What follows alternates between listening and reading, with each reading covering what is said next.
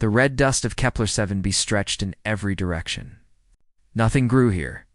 Nothing lived here except the humans who came to dig minerals from the ground. Kim Tae-ho wiped the sweat from his face and looked at the broken water pump in front of him. It was his third repair job today. Tae-ho was 32 years old. He had brown eyes, rough hands, and a calm way of speaking. He was not a soldier or a scientist. He was just an engineer who fixed things. That was his life on this mining colony. Wake up, fix machines, go to sleep, repeat. Tae-ho, we need you in Sector 7, the radio crackled. It was Captain Park Gina, the woman who ran the outpost. What broke this time? Tae-ho asked. Our sensors picked up a crash. Something fell from the sky about 10 kilometers east. Go check it out. Tae-ho climbed into his old transport vehicle and drove across the wasteland. The sky was orange here, always orange. He had not seen blue sky in 3 years. Sometimes he missed Earth. He missed rain. He missed the smell of grass after a storm. But Earth was far away. Someone needed to work in places like this. He found the crash site after 20 minutes. The ship was not human. That much was clear. It was silver and smooth, shaped like a teardrop. Smoke rose from its broken hull. Strange symbols glowed on its surface. Tae-ho's heart beat faster. He had never seen an alien ship before. Humans knew other species existed out there. The Valori Empire was the largest. They controlled hundreds of planets. They were tall and strong and beautiful. They also thought humans were primitive creatures, barely worth noticing. No Valori had ever come to this small mining colony. Why would they? Tae-ho approached the ship carefully. He found an opening in the hull and climbed inside. The interior was dark. Warning lights flashed red. He heard a sound, breathing. Weak breathing. He found her in what looked like the pilot seat. She was Valori. He knew this immediately. She was over 7 feet tall, with silver skin that seemed to glow faintly. She had 4 arms, 2 on each side. Her hair was white and long, spread around her like water. Her eyes were closed, and dark blue blood ran from a wound on her head. She was dying. Tae-ho did not think. He just acted. He pulled her from the seat, which was hard because she was heavy. He carried her to his vehicle. He drove back to the outpost as fast as the old machine could go. Captain Gina met him at the entrance. Her eyes went wide when she saw what Tae-ho was carrying. Is that a Velour? She needs help, Tae-ho said simply. Tae-ho, do you understand what this means? If she dies here, the Velori might blame us. They could destroy our entire colony. Then we make sure she does not die. They put her in the medical bay. The colony doctor, an old man named Choi, did his best. But human medicine was not made for Valori bodies. Her wounds healed slowly. For days, she did not wake up. Tae-ho stayed by her side. He did not know why. Maybe because he was the one who found her. Maybe because she looked peaceful when she slept. He read books next to her bed. He talked to her even though she could not hear. He told her about Earth, about his family, about the stars. On the 7th day, she opened her eyes. They were gold. Pure gold, like 2 small suns. She looked at Tae-ho, and her 4 hands grabbed his shirt. Her grip was strong enough to hurt. Where am I? She demanded. Her voice was rough from not being used. What have you done to me, creature? I saved your life, Tae-ho said calmly. Your ship crashed. I found you and brought you here. She stared at him. Then she looked around the small medical room with disgust on her face. This place is primitive. The smell is terrible. And you. She looked at Tae-ho like he was an insect. You were human. A lower species. Why would you touch me? Do you not know who I am? No, Tae-ho said. I do not know who you are. But it does not matter. You were hurt. I helped. That is all. The Valori woman seemed confused by this answer. In her world, everything had a price. Every action had a motive. No one did anything for free. I am Princess Yura, she said finally. Eldest daughter of Empress Valana. Heir to the Valori throne. Tae-ho nodded slowly. A princess. He had saved an alien princess. Captain Gina was going to kill him. "Oh, Princess Yura," he said, "you still need rest. Your wounds are healing, but you lost a lot of blood. I will bring you food. I do not eat human food. It is all we have. You can eat it or starve. Your choice." He walked out before she could respond. The next 3 weeks were difficult. Yura complained about everything. The bed was too small. The food was disgusting. The air was too dry. The humans were too loud, too slow, too stupid. Taiho ignored most of her complaints. He brought her meals. He changed her bandages. He fixed a translation device so they could understand each other better. He answered her questions about humans with patience. Slowly, very slowly, Yura began to change. She stopped calling him creature and started using his name. She asked about his life on Earth. She listened when he described oceans and forests and cities. She had never seen such things. Her home world was all metal and glass, perfect and cold. Then the raiders came. They were pirates who traveled between planets, stealing and killing. They had seen the Valori ship crash. They wanted the princess.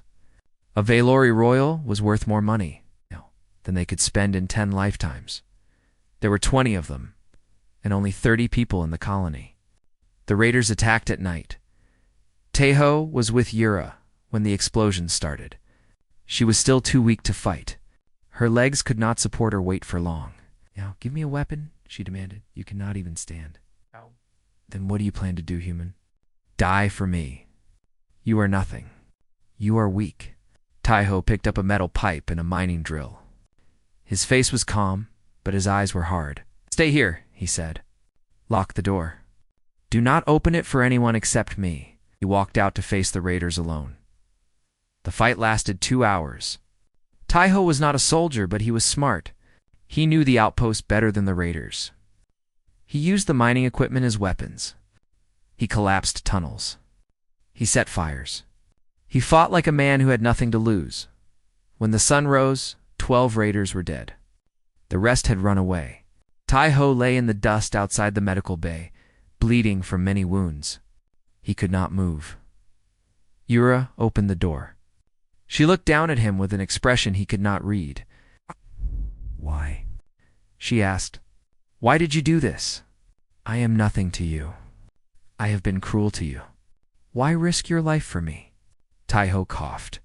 Blood came from his mouth. He needed help, he whispered. That was enough. He closed his eyes. Yura stood there for a long time. In her entire life, no one had ever done something for her without wanting something back. Her own family treated kindness as weakness.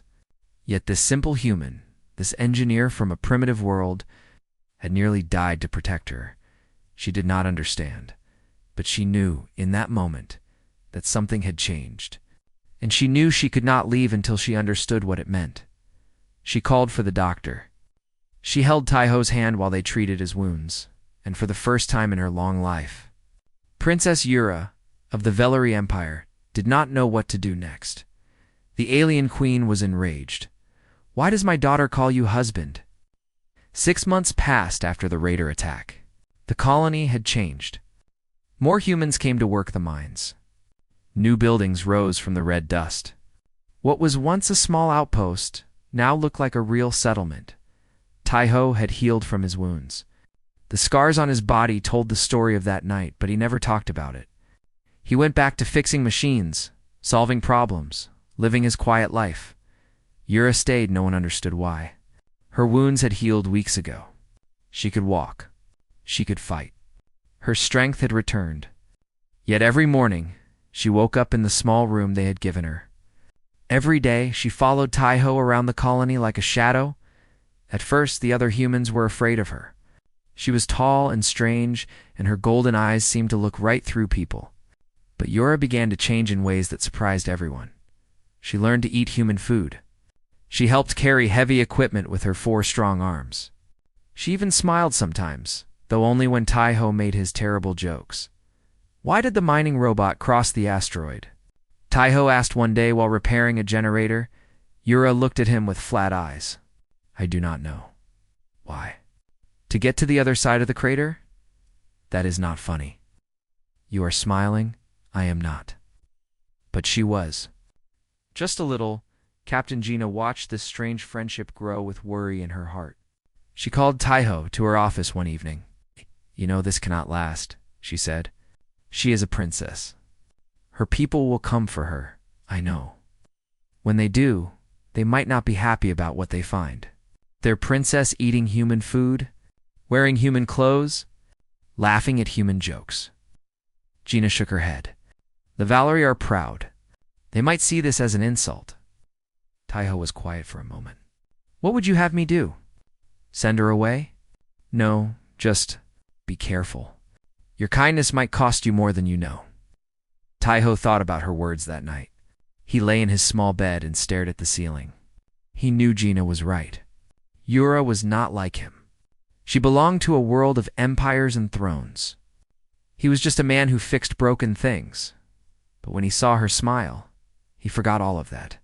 When she laughed at his bad jokes, he felt something warm in his chest.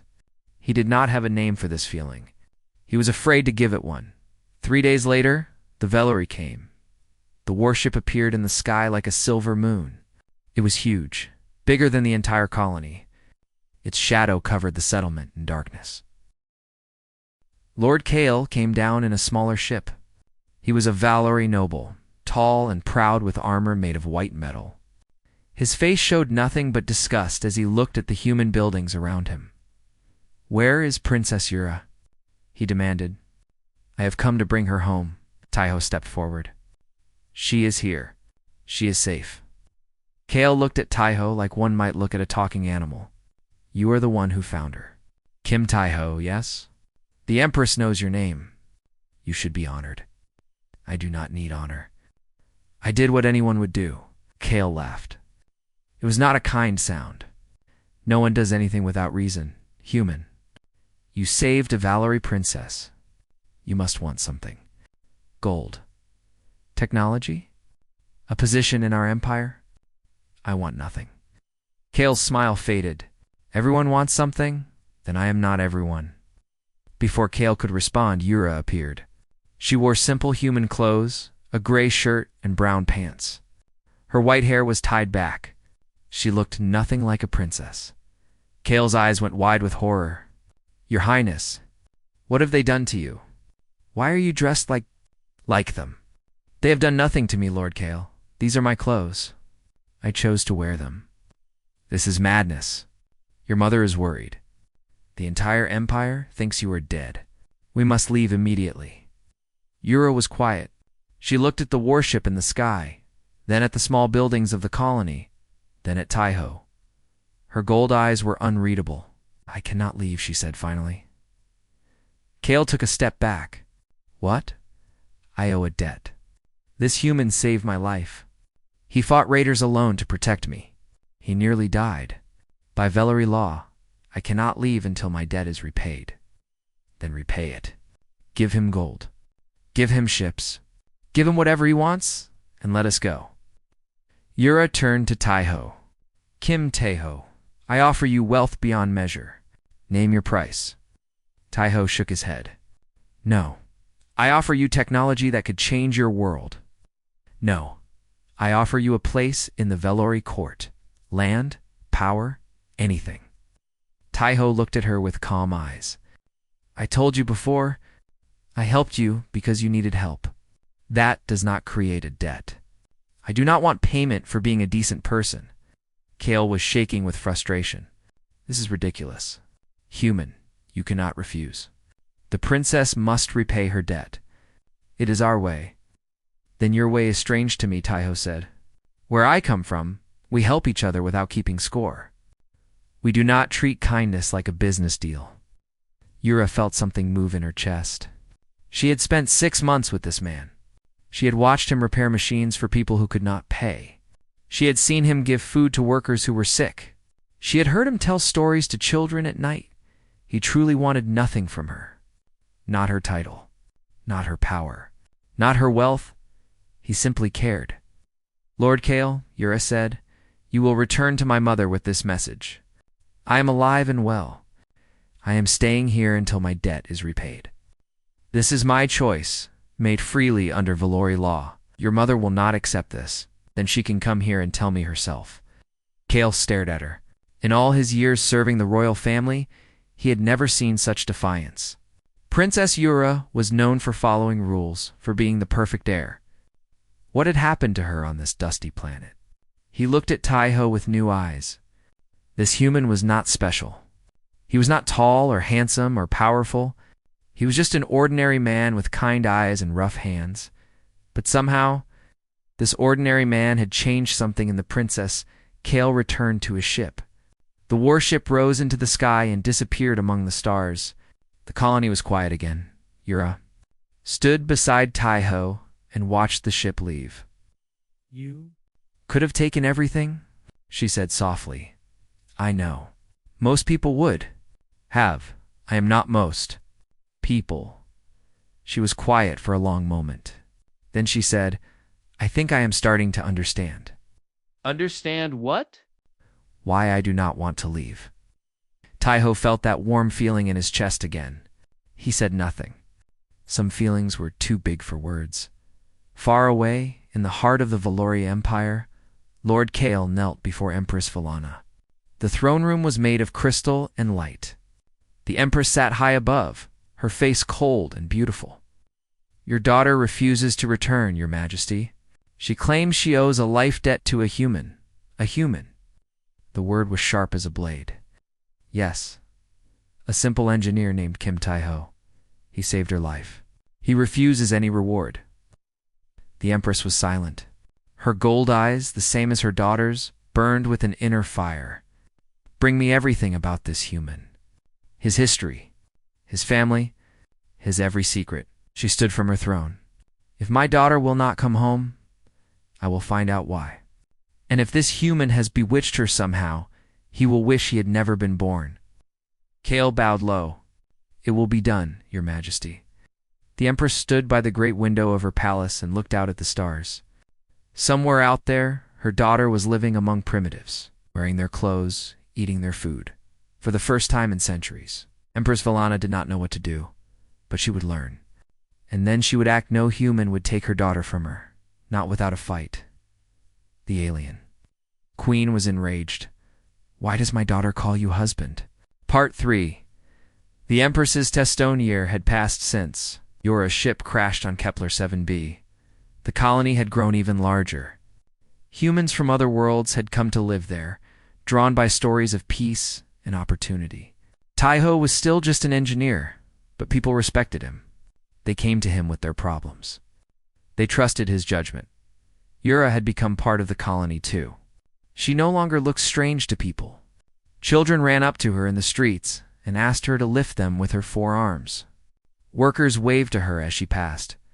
She smiled more now, real smiles that reached her golden eyes. She and Taiho spent every day together. They did not talk about what they felt. They did not need to. Some things are understood without words. Then the second princess arrived. Her name was Nari. She was Yura's younger sister, smaller and quicker, with silver skin that sparkled like starlight.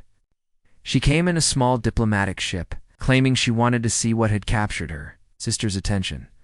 But her true mission was different. The Empress had sent her to spy. Find the human's weakness, her mother had commanded. Find out what trick he is using to control your sister. Bring her home or destroy him. Nari expected to find a clever manipulator, a human who had somehow learned to deceive Valori royalty. She prepared herself for mind games and lies. What she found confused her completely. On her first day, she watched Taiho teach a group of children how to repair water filters. The children were dirty and loud and asked 100 questions. Taiho answered each one with patience. When one child dropped a tool and started crying, Taiho knelt down and helped him pick it up. "Mistakes are how we learn," Taiho told the child. "I still make mistakes every day. The important thing is to try again." Nari watched from the shadows. Where was the manipulation? Where was the cunning? On the second day, she saw Taiho settle an argument between 2 miners. They were shouting about who should get credit for finding a valuable mineral deposit. Taiho listened to both sides. Then he suggested they share the credit. The miners looked at each other, embarrassed by their own anger, and agreed. Why did you not take the credit for yourself? Nari asked later, pretending to be curious. You could have. No one would stop you. Taeho looked surprised by the question. It was not my work. Why would I take credit for something I did not do? Nari did not have an answer. On the third day, she watched Yura and Taeho work together. A radiation storm was coming. The colony's shields needed to be strengthened or everyone would die. Taeho organized the workers. He knew exactly what needed to be done and who should do it. Yura used her knowledge of advanced technology to improve the shield generators. They moved together like two parts of the same machine. When Taeho needed a tool, Yura handed it to him before he asked. When Yura needed help lifting heavy equipment, Taeho was already there. They did not speak sweet words or touch each other lovingly, but Nari could see it anyway. The trust. The respect. Something deeper that had no name. The storm came that night. The shields held.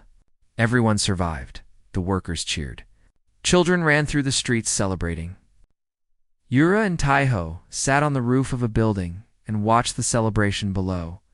You did well, Yura said. We did well, Taeho corrected. I could not have done it without you. Nari watched them from a distance. Her heart felt strange, heavy, confused. On the fourth day, she tried a different approach. She went to Taeho directly. I want to make you an offer, she said. Her voice was formal, like a noble speaking to a servant. The Valory Empire can give you anything you want. Wealth beyond counting. Technology that could make you powerful. A position in our court where you would be respected.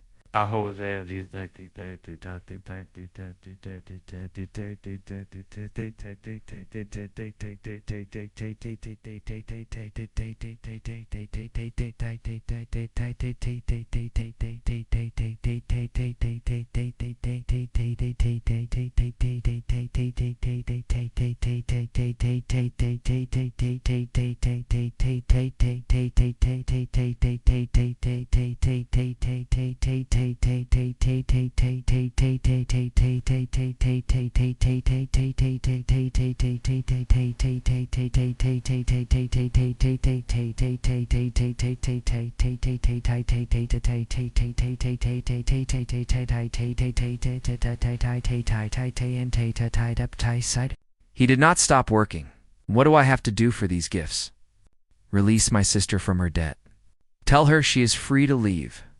She will return home with me, and you will live a life of luxury. Taeho finally looked at her. His eyes were not angry or greedy. They were simply tired. Princess Nari, your sister is not my prisoner. I do not hold her here. I have told her many times that she can leave whenever she wants. She stays because she chooses to stay. You must have done something to make her choose this. Yes. I was kind to her. I treated her like a person instead of a princess. I asked nothing from her except her company.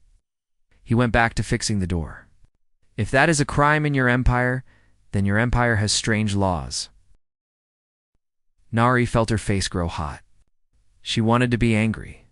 This human was supposed to be easy to understand. He was supposed to want things.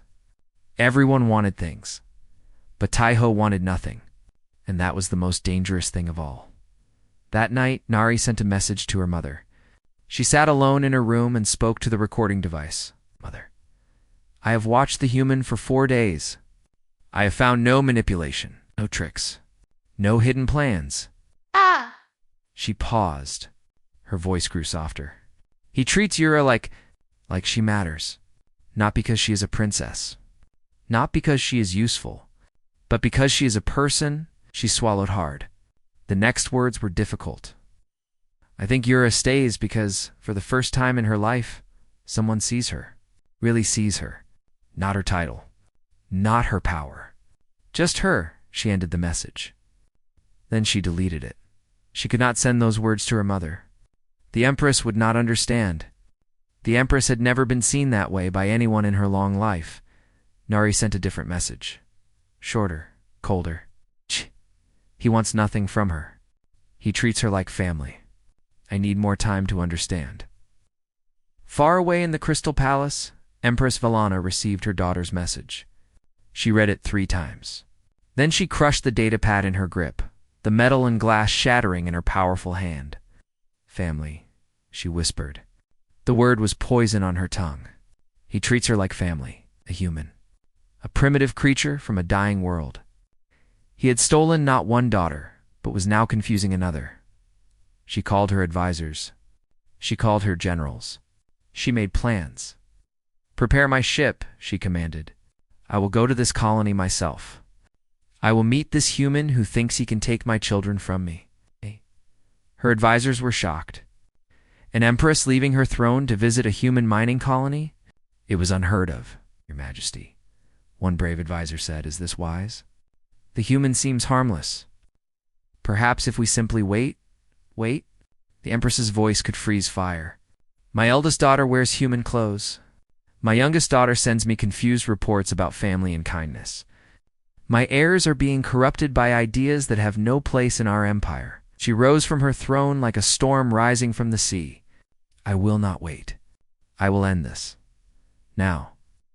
Back on Kepler 7b, Yura and Taiho watched the stars from their usual spot on the roof. Your sister has been watching me, Taiho said. I know. Mother sent her to find your weakness. Did she find anything? Yura smiled in the darkness. I think she found something, but not what Mother wanted. They were quiet for a while. The stars moved slowly overhead. The Empress will come, Yura said finally. She will not accept this. She will try to take me back, or destroy you, or both. I know. Are you afraid? Taiho thought about the question. Yes, he admitted, but not of dying. I am afraid of losing this. Losing you. He paused. That probably sounds foolish. Yoda reached out with one of her hands and held his. Her silver skin was cool against his warmth. It does not sound foolish, she said softly. It sounds human. Above them, unseen, the stars continued their endless dance. And somewhere among them, an empress made her final preparations for war. The storm was coming, and nothing would ever be the same. The alien queen was enraged. Why does my daughter call you husband? Part 4. The queen descends the empress. Came with 100 warships. They appeared in the sky like a wall of metal and fire. Each ship was larger than the entire human colony. Their weapons could turn planets to dust. Their armies had conquered 1,000 worlds. Against them stood one small mining settlement and a handful of frightened humans. The human government sent Admiral Yoon Do-yoon with a small defense fleet. But everyone knew the truth. If the Velari wanted war, humanity would lose. The only question was how badly. Admiral Yoon was an old soldier with gray hair and tired eyes. He had fought many battles in his life, but he had never felt this kind of fear. As he flew toward the colony, he prayed to every god he knew that somehow peace would be possible. Empress Valana descended to the planet's surface in a golden ship. Her Imperial Guard surrounded her, 50 of the deadliest warriors in the galaxy. They wore white armor that could stop any weapon. They carried blades that could cut through steel like water. The humans gathered in the main square to watch her arrive. No one spoke. Even the wind seemed to hold its breath. The Empress stepped out of her ship. She was the most beautiful and the most terrifying creature any of them had ever seen. Her silver skin glowed like moonlight. Her gold eyes burned like twin stars.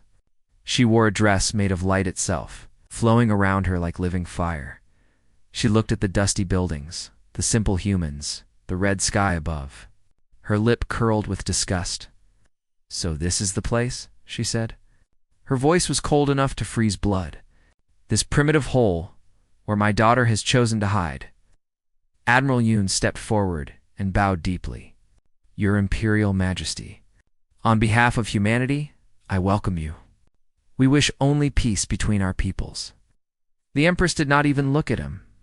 Where is the human called Kim Tai-ho? Bring him to me. The crowd parted. Tai-ho walked forward. He was not dressed for this meeting. He wore his work clothes, the same gray shirt and brown pants he wore every day. There was engine grease on his hands. His hair was messy from working. He looked like exactly what he was. A simple man. Nothing special. The Empress's eyes narrowed. This is him? This is the creature who has bewitched my daughter. I have not bewitched anyone, Taiho said calmly. I am just a man. You will address me as your Imperial Majesty. I will address you as I address anyone.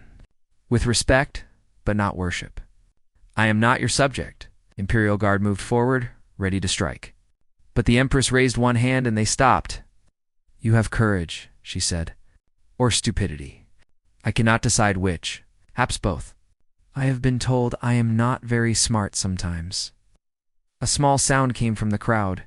It might have been a laugh, quickly hidden. The Empress's eyes flashed. Do you think this is amusing? I have destroyed entire civilizations for less than this insult. I meant no insult. I was being honest. Is that not allowed? Before the Empress could respond, another voice rang out. Mother, stop! Yura walked through the crowd. She had been standing at the back watching. Now she came forward and stood beside Taiho's daughter. The Empress's voice changed. It was still cold, but there was something underneath. Something that might have been pain. Look at you, dressed like a servant, standing with this creature. What have you become? I have become myself, Yura said. For the first time in my life, I know who I am. Not a princess. Not an heir. Just a person. You are the heir to the greatest empire in the galaxy. I did not choose that. I was born into it. But I choose this. She reached out and took Taiho's hand. I choose him. The crowd gasped. The Imperial Guard drew their weapons. Admiral Yoon closed his eyes and prepared to die. But the Empress did not attack. She stared at their joined hands as if seeing something impossible. What is the meaning of this? She whispered, Why you are. I lifted her chin. Her voice was clear and strong. Mother, this is my husband. Silence. Complete and total silence. Then the Empress screamed. It was not a human sound. It was the roar of a wounded animal, the fury of a star-going supernova. The buildings shook. People fell to their knees. Even the Imperial Guard stepped back in fear. Husband? The word was a weapon. You dare call this creature your husband? Taiho was shaking, but he did not let go of Yura's hand. He could feel her trembling too, but she stood tall. I love him, Mother. He is kind and good and honest. He sees me, not my title me. Love. The Empress spat the word like poison. Love is weakness. Love is for lesser creatures. You are Valor. You are royalty. You do not love, and perhaps I do not wish to be Valoried anymore. The Empress went very still. Her rage became something colder, something more dangerous. Very well, she said quietly. If this human wishes to be your husband, he must prove himself worthy. By our ancient law, he must face the trial of 3. Yura's face went pale. Mother, no. The trial is for warriors. He is not. He claims to be worthy of you. Let him prove it. The Empress smiled, and there was no warmth in it. 3 challenges. Combat, wisdom, sacrifice. If he passes, I will accept him. If he fails, she looked at Taiho with eyes like death. He will be executed, and you will return home. I accept. Everyone turned to Taiho. His voice was quiet but steady. Taiho, no. Yura gripped his arm. You cannot win. The trial is designed for Velori champions. Humans have never even attempted it. Then I will be the first. You will die, maybe. He looked at her with those calm brown eyes. But if I do not try, they will never accept us. You will spend your life torn between 2 worlds. I do not want that for you. Yura was crying now, silver tears running down her silver face. I cannot lose you. Not now. Not after everything. Taiho reached up and wiped her tears with his rough fingers. You will not lose me. I promise. You cannot promise that. I can. And I do. The Empress watched this exchange. Something flickered in her cold eyes. Something she did not understand. The trial begins tomorrow, she announced. Tonight the human will prepare, and tomorrow We will see if his courage is real or just foolishness." She turned and walked back to her ship. The Imperial Guard followed. The golden vessel rose into the sky and returned to the fleet above. The humans were left standing in the square, trying to understand what had just happened. Admiral Yoon approached Taiho. "Young man, are you insane? You just challenged the Vellery Empire." "No. I just agreed to prove that I deserve the woman I love." Ada. Nari appeared at Yuro's side. The younger princess looked troubled. "You called him husband," Nari said. "Before today, you never told him? Did you?" Yura shook her head. "I was afraid." "Afraid of what?" "Afraid he would not say it back." That night, Taiho sat alone in his room. He looked at his hands. They were shaking. The door opened. Yura entered. "You should rest," she said. "I cannot sleep." She sat beside him. For a long time they were quiet. "You did not have to do this," she finally said. "We could run. My ship is fast. We could disappear into the stars and never be found." Taiho shook his head. "If we run, they win. They will hunt us forever. And your sister, your people, they will never understand that humans can be worthy of respect." He paused. "I have to try. Not just for us. For everyone." Yura took his face in her hands. Her gold eyes looked into his brown ones. "I did not call you husband just to save myself," she said softly. "I said it because it is true. Because when I think about the rest of my life, I cannot imagine it without you." Taiho felt his heart stop, then start again, faster than before. "I love you," he said. The words came easy. They had always been there, waiting. "I love you too." They held each other in the darkness while above them. 100 warships waited for dawn tomorrow. Everything would change. But tonight, they had this moment. And sometimes, a moment is enough. The alien queen was enraged. "Why does my daughter call you husband?" The trial arena was built inside the Empress's flagship. It was a massive room of crystal and light, surrounded by thousands of Vellery who had come to watch the human fail. They laughed and whispered among themselves. A human facing the trial of 3? It would be over in minutes. Taiho stood alone in the center of the arena. He wore simple clothes. He carried no weapons. He looked very small against the vastness around him. In the royal box high above, the Empress watched with cold satisfaction. Beside her sat Yura, pale and silent, and Nari, whose expression was impossible to read. "Let the trial begin," the Empress announced. Her voice filled the arena like thunder. The first challenge was combat. A door opened, and a Vellery champion walked out. He was massive, nearly 8 feet tall, with muscles like steel cables. His 4 arms each carried a different weapon. His name was Kirin, and he had never lost a fight. The crowd cheered. This would be quick. Kirin attacked without warning. His blades cut through the air where Taiho's head had been a heartbeat before. But Taiho was not there. He had dropped to the ground and rolled away.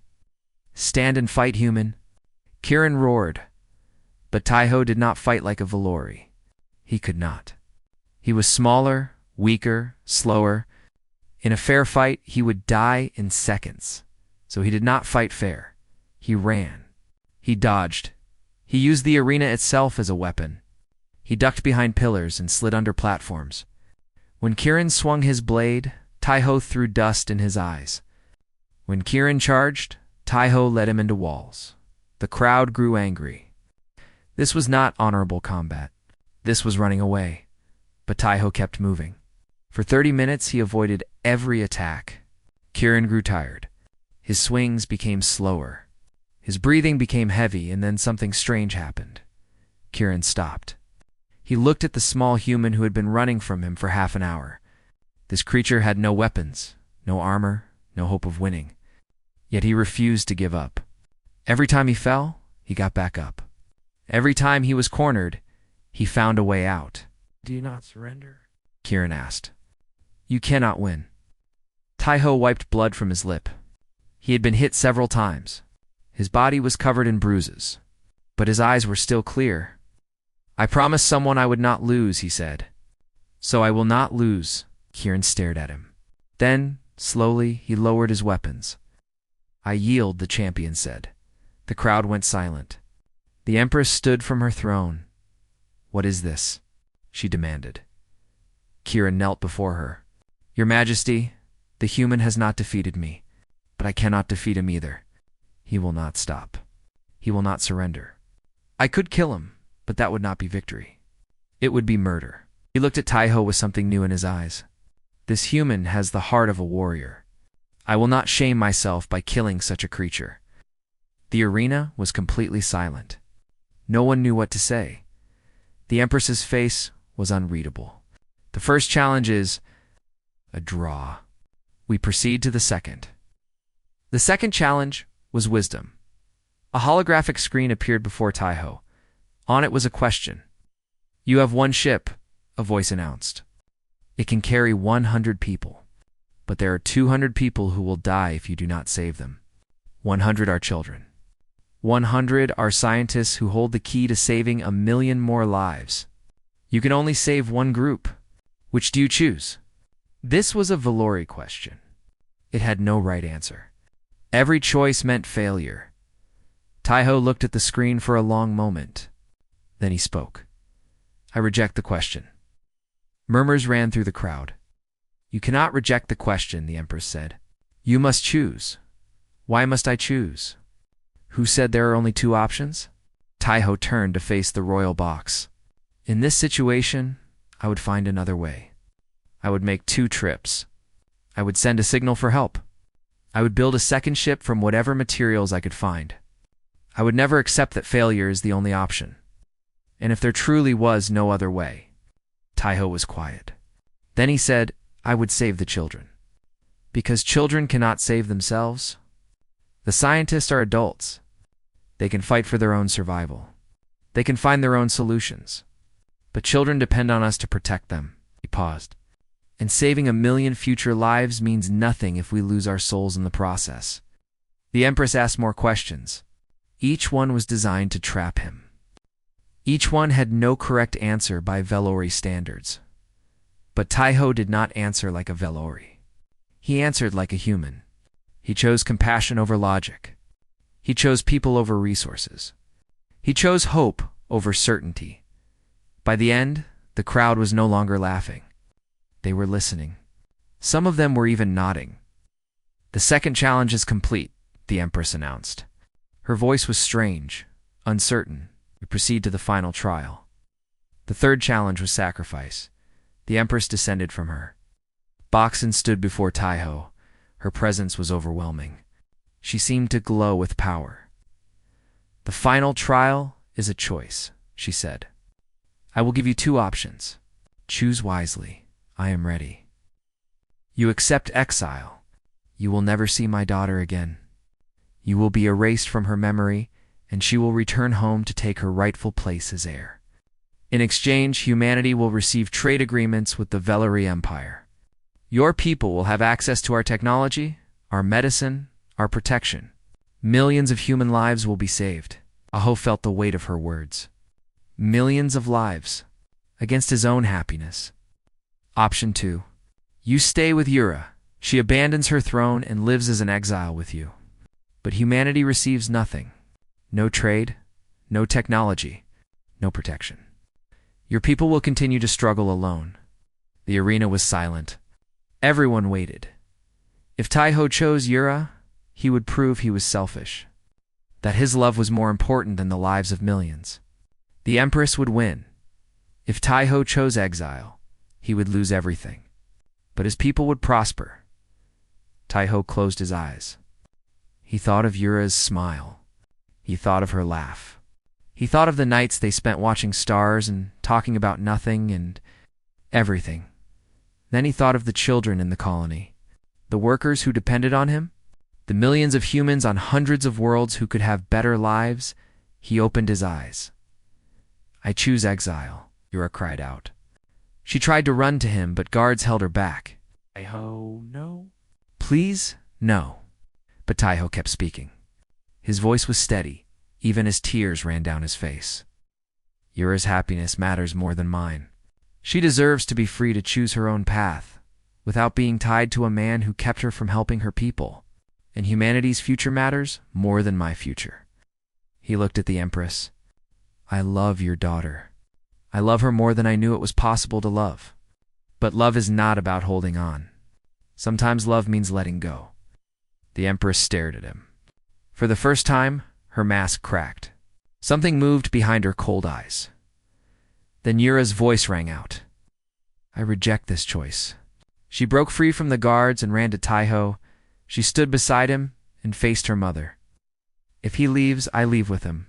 Not as a princess, not as an heir, as his wife, as a woman who has chosen her own path." Narration stood as well. She walked down from the royal box and stood with her sister. "I stand with them," Nari said quietly. "Mother, I have watched this human for weeks. He is not clever or strong or powerful, but he is good, is kind. He is everything our empire pretends to be but is not." The Empress looked at her daughters. Both of them had chosen a human over their birthright. Both of them had rejected everything she had tried to give them.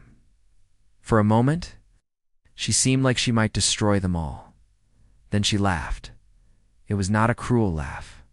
It was surprised, almost wondering, like someone who had discovered something they never expected to find. "Do you know something, human?" she said to Taiho. "I designed this test to have no winning answer. No Valerie would have chosen as you did. No Velour would have sacrificed their own happiness for strangers." "Then perhaps Valerie have something to learn from humans," Taiho said quietly. "Perhaps?" The Empress was silent for a long moment. "I do not approve of this marriage. My daughter deserves more than a dusty colony and a man who fixes machines." Mother Yura started. But the Empress raised one hand. "I have never seen anyone face the trial with such humanity. You did not try to be Valor. You were simply yourself. And somehow, that was enough." She turned to face the watching crowd. "The trial is complete. The human has not won by our standards, but he has shown something our standards do not measure. Courage without strength, wisdom without cruelty, love without selfishness." She paused. "Perhaps there is room in the galaxy for such things." She looked back at Taiho and Yura. "You will serve as ambassadors between humanity and the Valerie Empire. You will build a bridge between our peoples, and you will prove whether this experiment and understanding can work." Akura took Taiho's hand. "Thank you, Mother. Do not thank me yet. This road will be difficult. Many will oppose you. You will face challenges that make today look simple." "I know," Taiho said, "but we will face them together." 5 years later, Taiho and Yura stood on the balcony of their embassy. The building sat at the border between human and Valerie space, a symbol of the alliance they had built. Below them, their children played in the garden. Twin daughters, with their mother's silver skin and their father's brown eyes. They had 2 arms each, like humans, but they were strong and quick, like Valori. Empress Valana visited often. She still complained about everything. The food was too simple. The decorations were too plain. Her grandchildren made too much noise, but Taiho had seen her hold the girls. He had seen her smile when she thought no one was watching. Today, she stood on the balcony beside him while Yura played with the children below. The Empress said, "I still do not understand." "Understand what?" "How you did it. How you changed everything. You are just one man." Taiho watched his daughters laugh. He watched Yura swing them through the air with her 4 arms. He felt the same warmth in his chest that he had felt years ago when he first started to fall in love. "I did not change anything," he said. "I just tried to be kind. The rest happened on its own." The Empress made a sound that might have been disagreement, or it might have been respect. "Do not let it go to your head, human." Taiho smiled. "Wouldn't dream of it, Mother." The Empress looked at him sharply. Then, for just a moment, she smiled too. Below them, the children laughed. Above them, the stars shone with endless possibility, and somewhere, across the galaxy, humans and Valori were learning slowly and imperfectly how to be family. It was not perfect. It was not easy. But it was enough. It was human, and that, in the end, was what made it beautiful. The end.